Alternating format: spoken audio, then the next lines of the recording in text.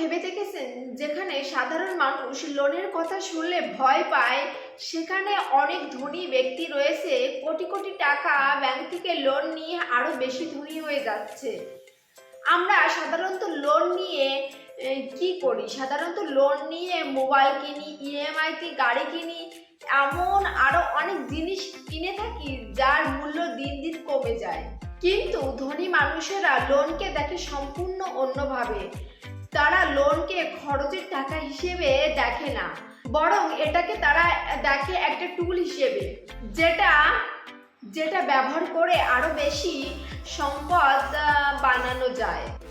মজার বিষয় হলো অনেক বড় বড় ব্যবসায়ীরা এবং অনেক কোটিপতিরা নিজের টাকা খরচ করার আগে ব্যাংকের টাকা ব্যবহার করে, কারণ তারা জানে লোনের সুদের চেয়ে যদি সেই টাকা দিয়ে বেশি টাকা ইনকাম করা যায় তাহলে সেটি লোনের লাভের মেশিনে পরিণত হবে। তাই আজকের ভিডিওতে আমরা জানবো ব্যাংক থেকে লোন নিয়ে কোটিপতিরা কিভাবে সম্পদ বাড়ায়। আজকের এই ভিডিওতে আমি দুই বন্ধুর গল্প বলবো। তাদের নাম হলো শুভ ও প্রসেন।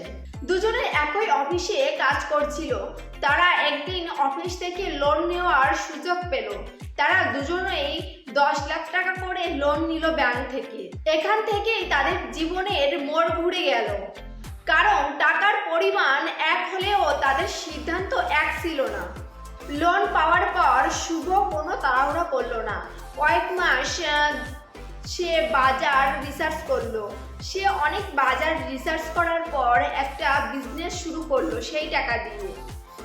আর অন্যদিকে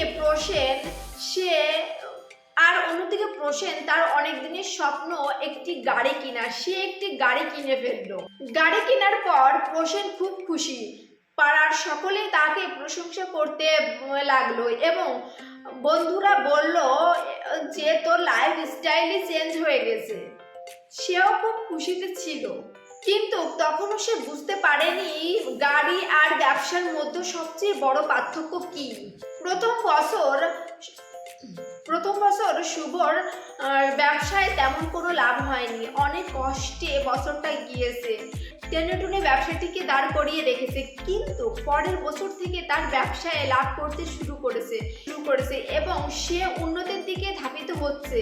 তার ব্যবসা টাকা থেকে সে ব্যাংকের লোনগুলো শোধ করছে এবং সে যে জবটা করতো সেই জবের টাকাও থেকে যাচ্ছে। এইভাবে তার ইনভেস্টমেন্ট দিন দিন ছোট থেকে বড় হচ্ছে।